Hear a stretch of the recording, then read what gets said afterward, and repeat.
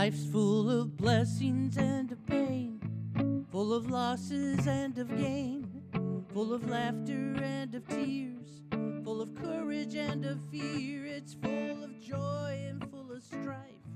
It makes the lyrics of your life. Where is your song? Where is your song? Why don't you sing? Yeah, surprise, surprise, I'm back.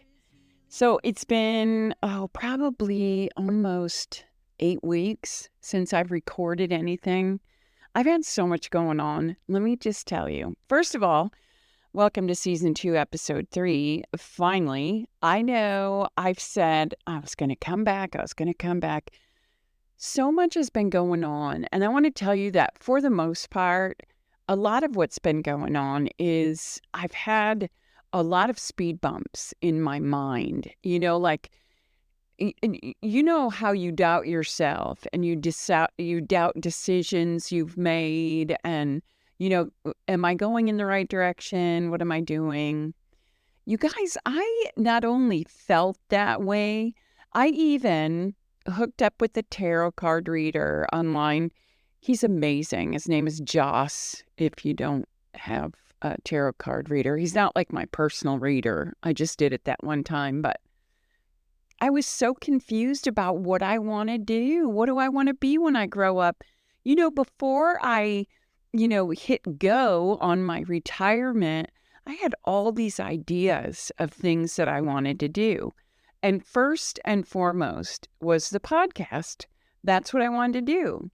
Well, when I started doing it, I was like, okay, it's not so easy to make money doing this. And you can't just continue to live the way you were living before when you were working your full-time job. You can't just continue to live and work that way without any extra income. At least for me, I took early retirement. It's not like I'm making a bunch of money. So when I saw that the podcast wasn't going to be that lucrative, I decided I had to do something else. So I started some other things. I did a coloring book for kids on Amazon for Halloween. That was a bust. Really fun to do, but that was a bust.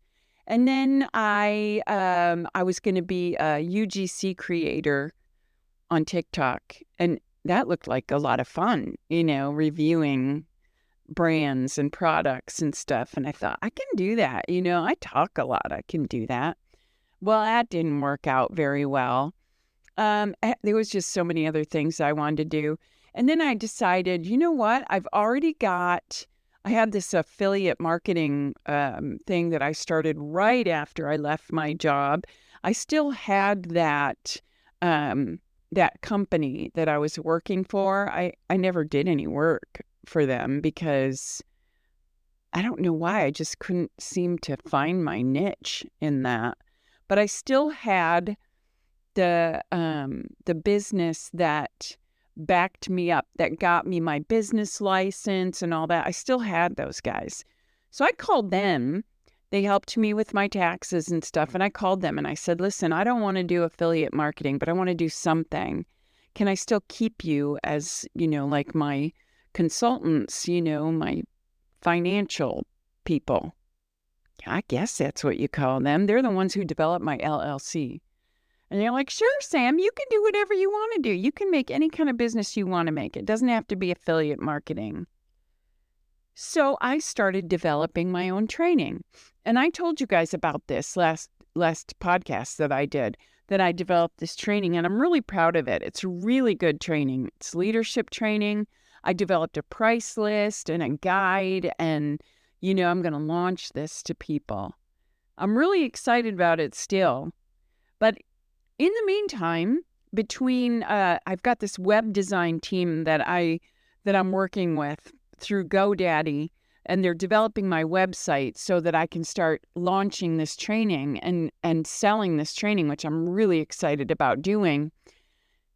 Well, something else came up too. And so, we can just lay it all out there and everything I've tried since I left my job in August. But yesterday I did something, I don't know, I kind of wanted to do it before, but I didn't because I was still working at my company, and so I didn't do it. But I became a Pampered chef consultant yesterday. Just kind of a side hustle to the side hustle to the side hustle to the side hustle to the side hustle that I'm doing. I decided to sell Pampered Chef. And I don't know why. It just, something popped up on my Facebook yesterday. A friend of mine, she's having a Pampered Chef party, and I'm like, I love Pampered Chef, by the way. I have a ton of it in my kitchen, and I thought, you know what? Why not? I mean, I make videos anyway. Why don't I just start selling that too? So I went from not really doing much of anything, trying to find my way, walking through the weeds, to having all of these businesses started. So that's what I've been up to. Not just that. I've been doing other things too. I had to go up to my parents again. I was up there for a month and then came back because, I had several birthdays that I had to come back for. My son and my granddaughter, my daughter-in-law. I mean, there's just so much happening in the month of May that I needed to get home.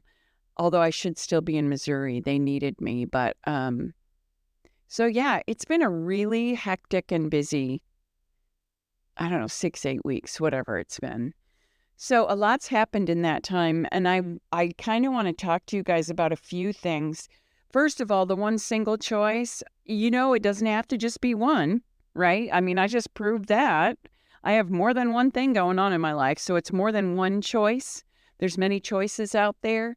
I'm just trying to find the right one. So I'm just going to do everything. Oh, and I started playing pickleball. Yeah.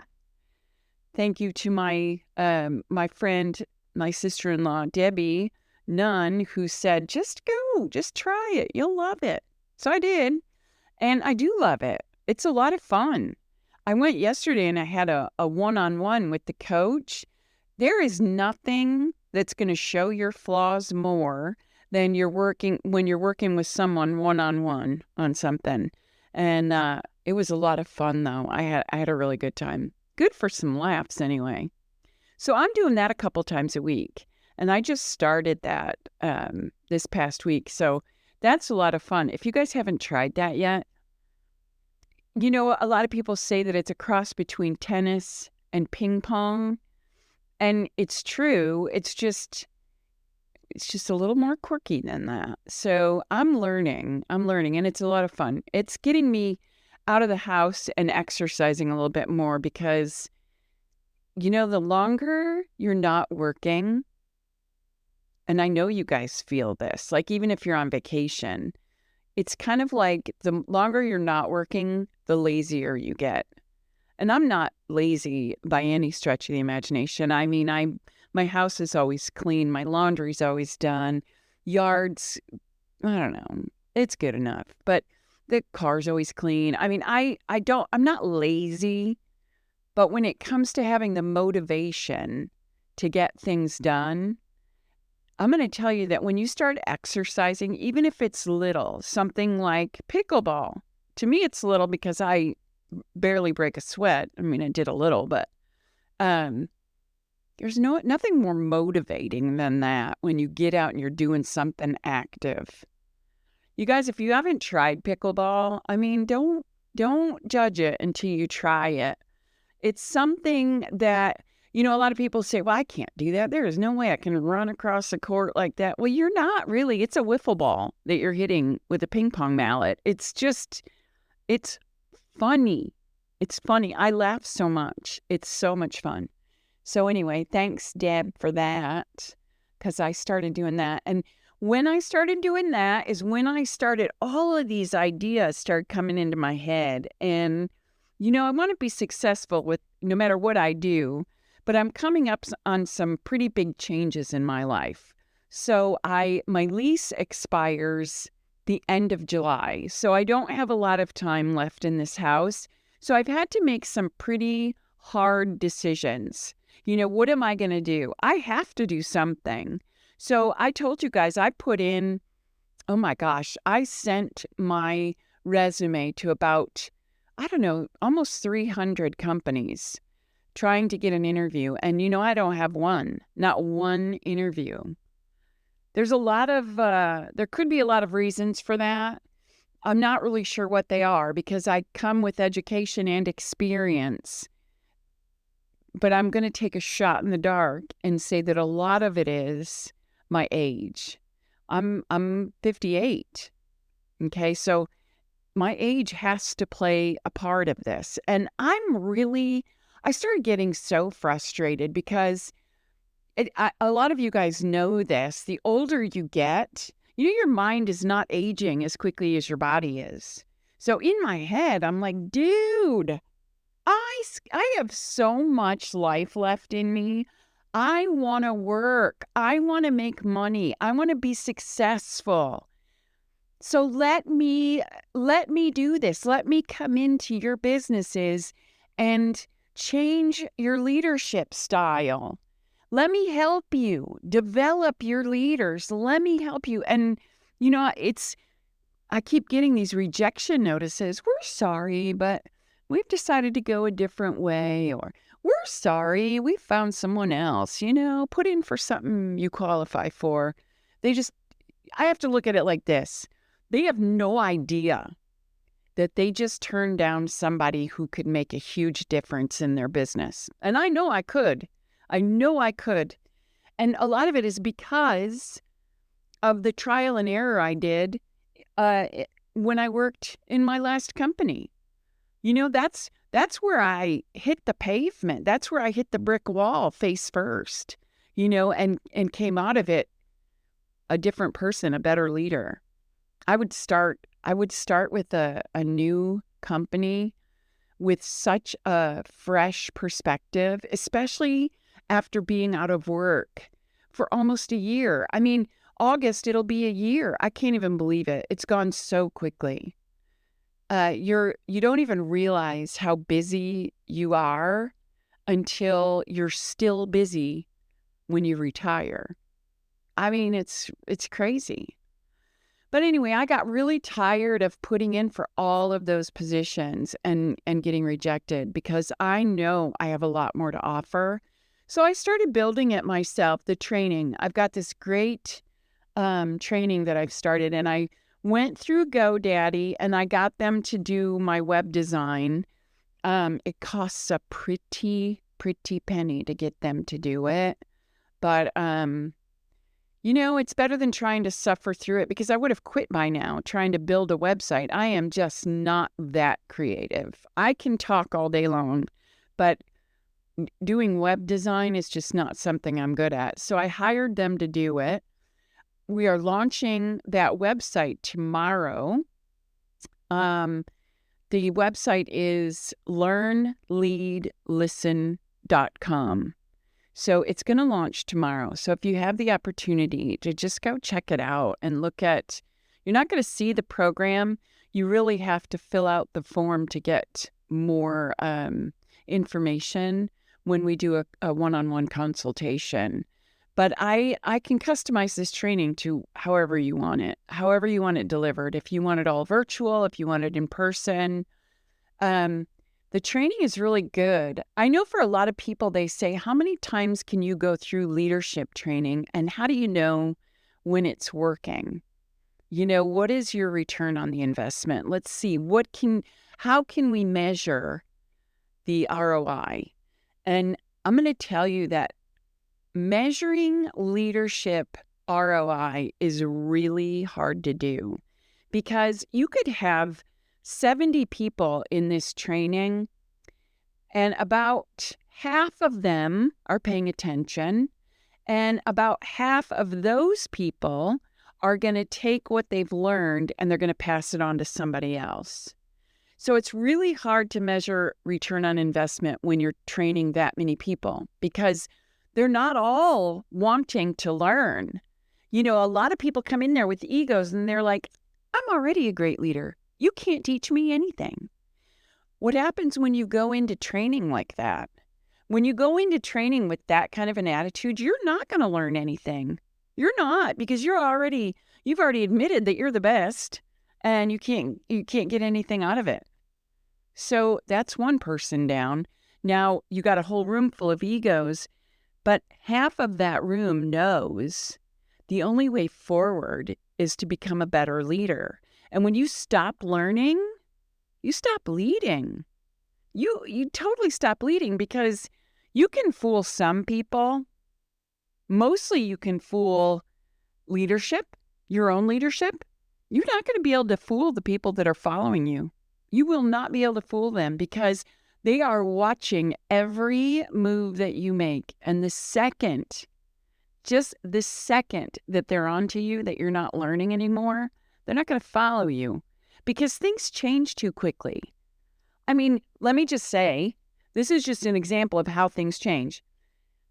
Go buy a phone. If you haven't bought a new, I want to say cell phone, but they're not cell phones, they're smartphones. If you haven't bought a new smartphone in the last 3 years, when you get one in your hot little hand, you're going to see how quickly things change. Okay, I have an iPhone 13. If I were to get the newest one, what is it, a 15? I don't even know what the newest one is. You have to be trained on how to use that because it changes so quickly. The technology changes so quickly. There's a lot of things that don't change. What doesn't change is the way we treat people or the way you should be treating people, right? But let me ask you this. If you're in the mind frame of, I know everything, I'm the best leader I know, and I don't need to be trained, are you gonna learn anything new? Are you gonna learn about technology? Are you gonna I just wonder if those people are able to keep up with all of the changes on the outside, or are you guys the ones that are holding on to your iPhone 13 just because you're afraid to look at the 15s or 16s, whatever they are?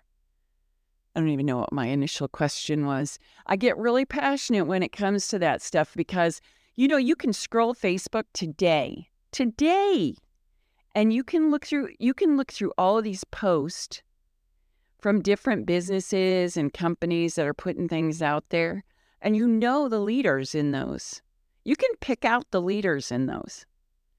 My niece, I'm going to call her out for a second. She's in Indiana, and she is an insurance. She's in insurance. I'll just say that. And I follow her. I follow her on Instagram and on Facebook. And I'm like, oh my gosh, when I grow up, I want to be just like her because she is so inspiring. She's the type of leader who, instead of putting her accomplishments on Facebook, she puts the accomplishments of her team and her community on Facebook. You don't see much about what she's doing. You don't see, how she's performing or, how her business is doing. You see how her employees are doing. And when I see that, I'm like, she's the kind of leader that I want to be like. Yeah, Pam, I'm talking about you. Rhymes with Sam. She's my niece. But I follow her and I'm like, I just want to be like her. You can follow other people that are inspirational on Facebook and on YouTube. We've talked about a couple of them on here, but Mel Robbins, you've heard of the Let Them. Have you heard of that? It's called Let Them. That's Mel Robbins' theory, one of her theories. She's got several, but I love the Let Them theory because for a lot of people, it's hard for us to accept things that happen outside of our control, especially when you have OCD like I do, or when you have anxiety like I do. When you have anxiety, you kind of sit back and think, oh, what could I have done differently to make this change? I'm trying to think of an example right now, but in the Let Them theory, it's like, you know what? They're going out to dinner without you. You weren't invited. Let them.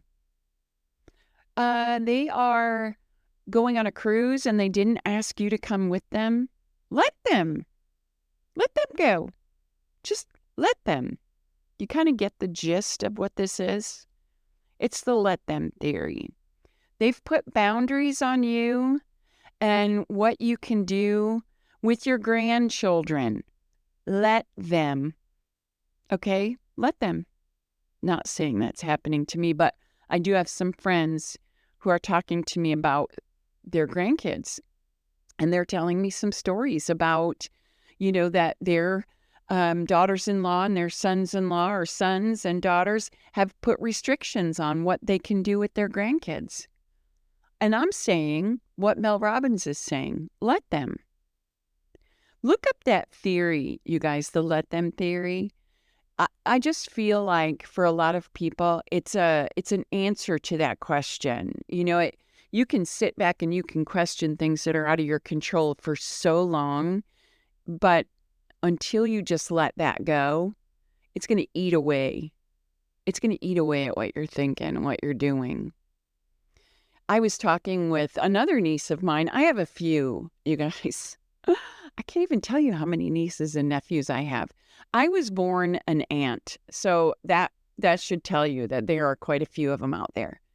But I was talking with one of my nieces through text message because I don't get to talk to my relatives as much as I'd like to, because if I did, I'd be on the phone a long time because there's so many.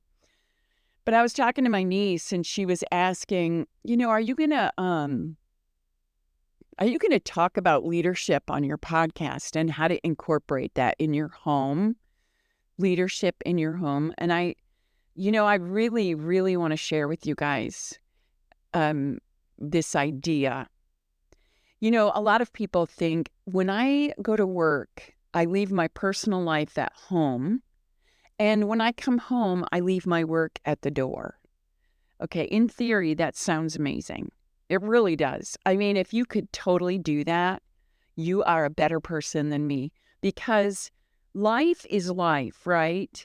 I mean, let me just say, if you got into a fight with your spouse or your children and then you leave for work, are you going to be able to just drop that the second you walk out the door? No, because in your head, you're going to be reliving everything that you said. Right? Oh my God, I could have said this, or I could have done this. You guys have all been there where you've replayed something in your head over and over and over, and you're like, I should have said this. I should have done that, right?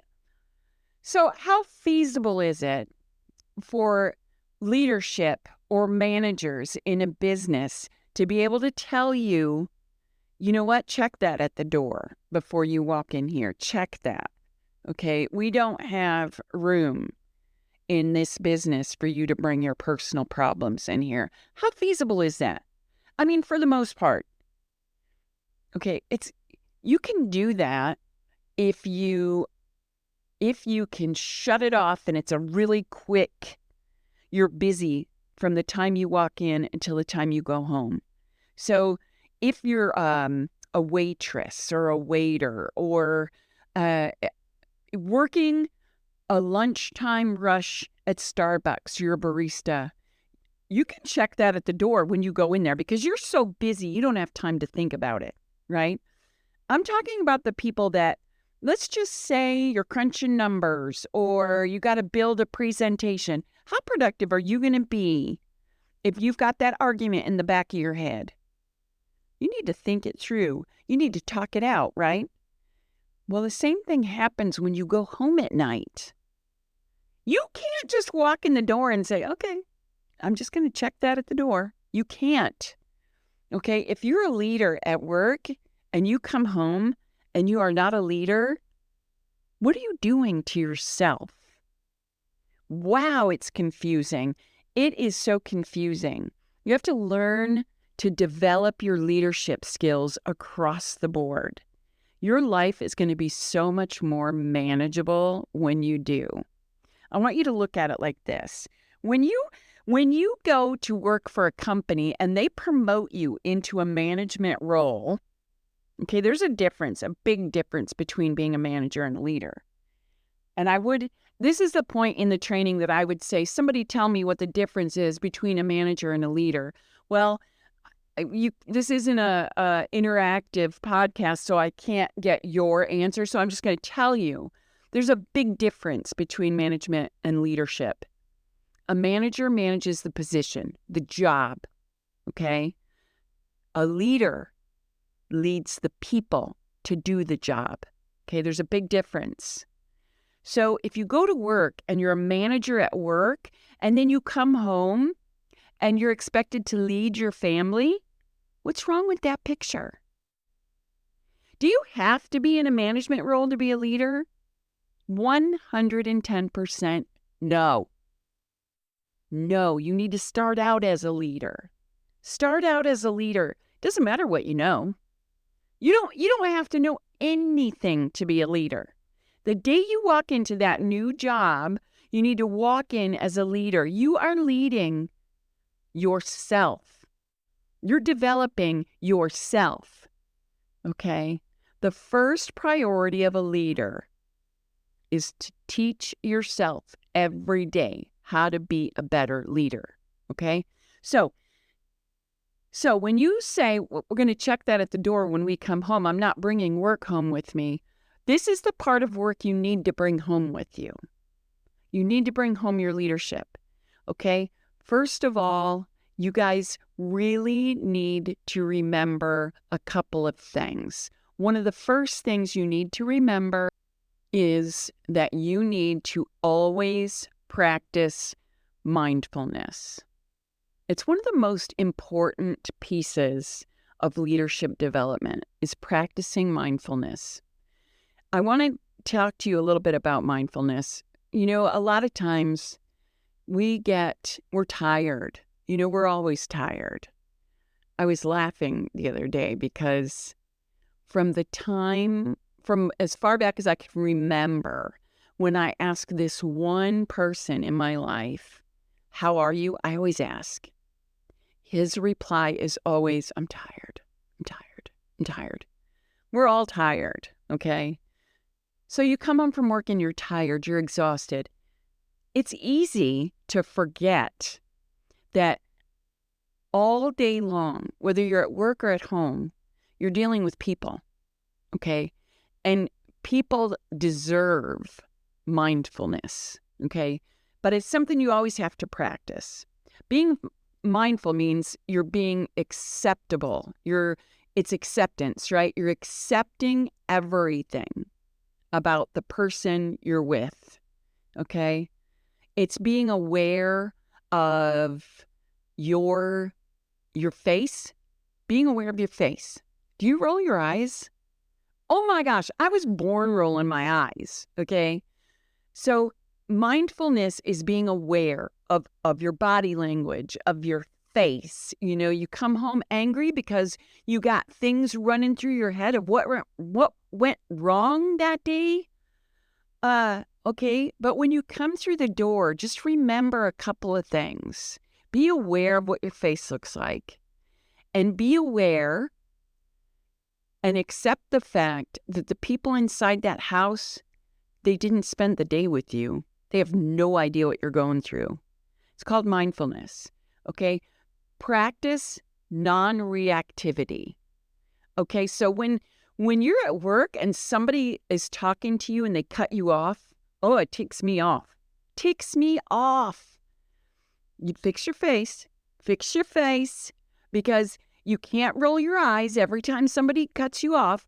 Your kids are going to cut you off. Your husband, your wife, they're going to cut you off. Okay, your grandkids, they're going to cut you off. But they don't know what kind of day you had. Okay, so being non-reactive.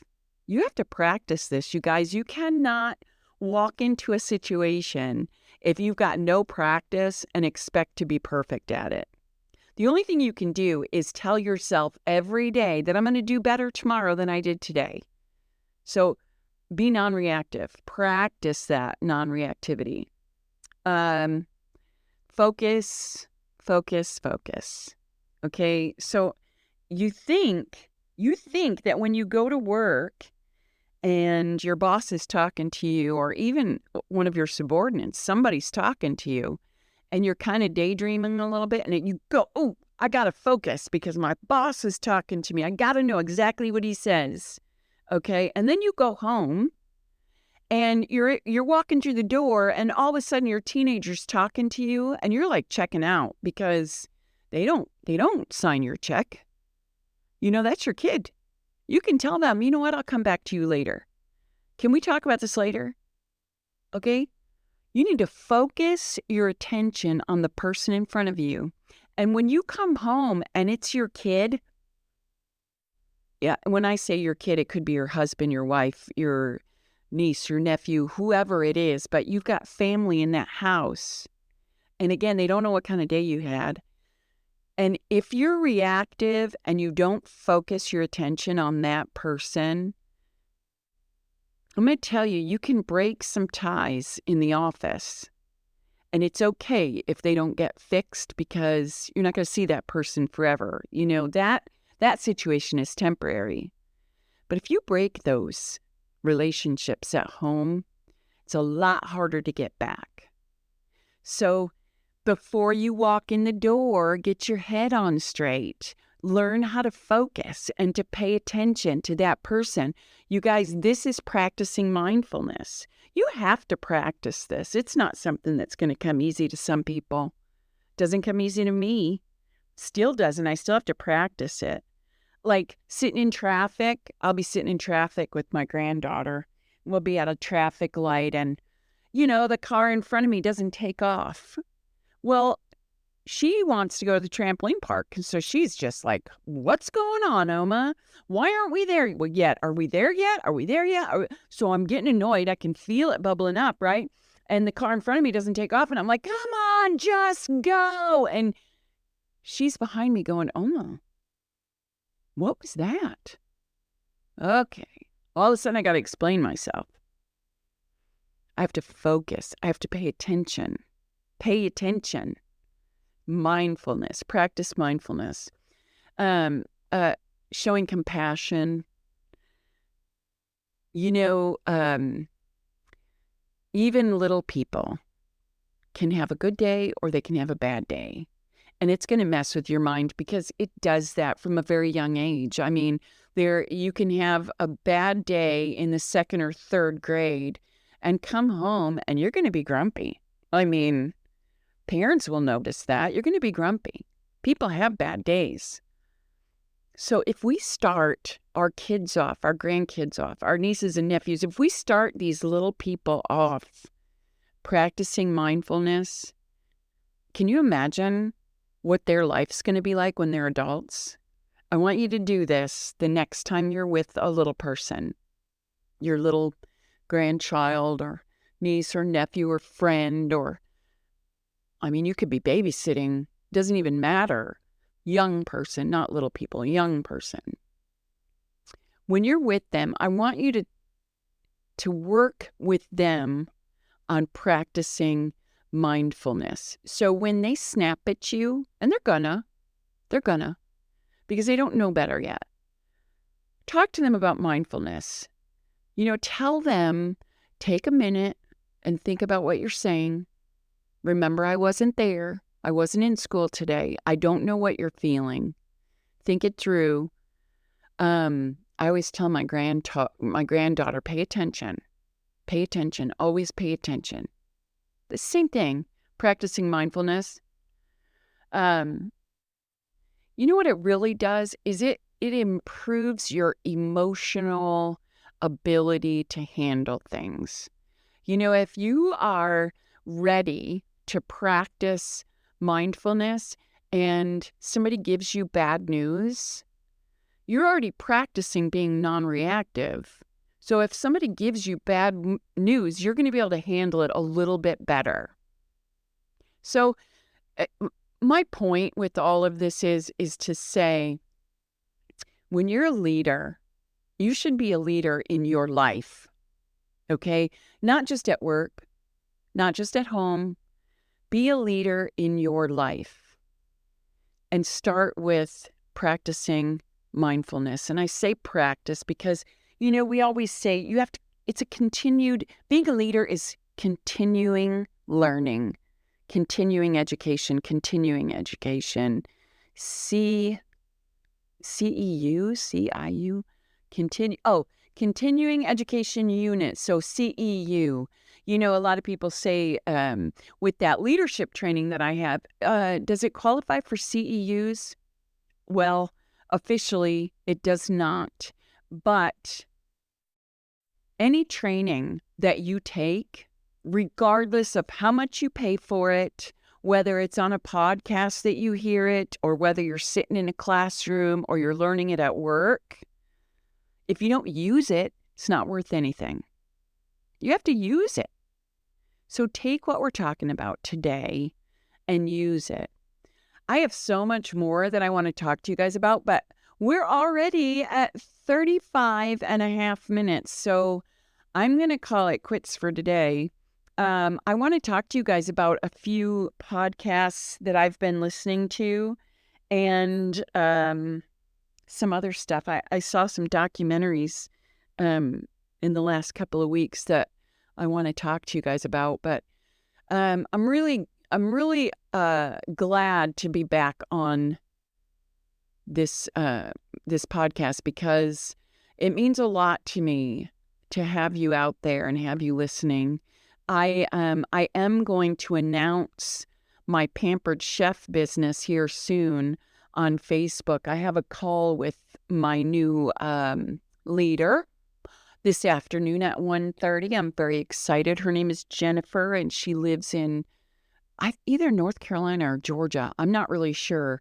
But I'm really excited to get started with Pampered Chef because I can do some filming and I can show you guys I've started doing sourdough. I can show you guys my rock crock. It's a Dutch oven that you can cook sourdough in, but I've started sourdough starter. And so I'm super excited about this whole Pampered Chef journey. So you guys, if you want to have a Pampered Chef party, I would love that. And you know how to get a hold of me. So those of you who want to have a Pampered Chef party, Sam at timetravelcapitalwellness.com. My friends and family, you can just send me a message on Facebook. Very excited. You guys, I hope that one little piece of what we talked about today will resonate with you because you're all worth so much more than you give yourself credit for. You are worth so much. Just keep learning, never give up, and above all else, be fierce, my friends. Have a great day.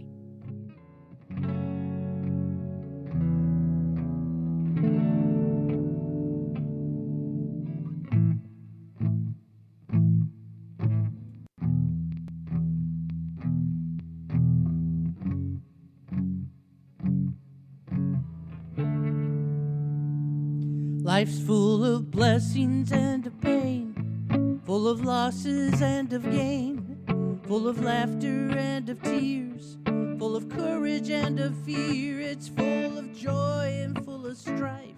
It makes the lyrics of your life. Where is your song?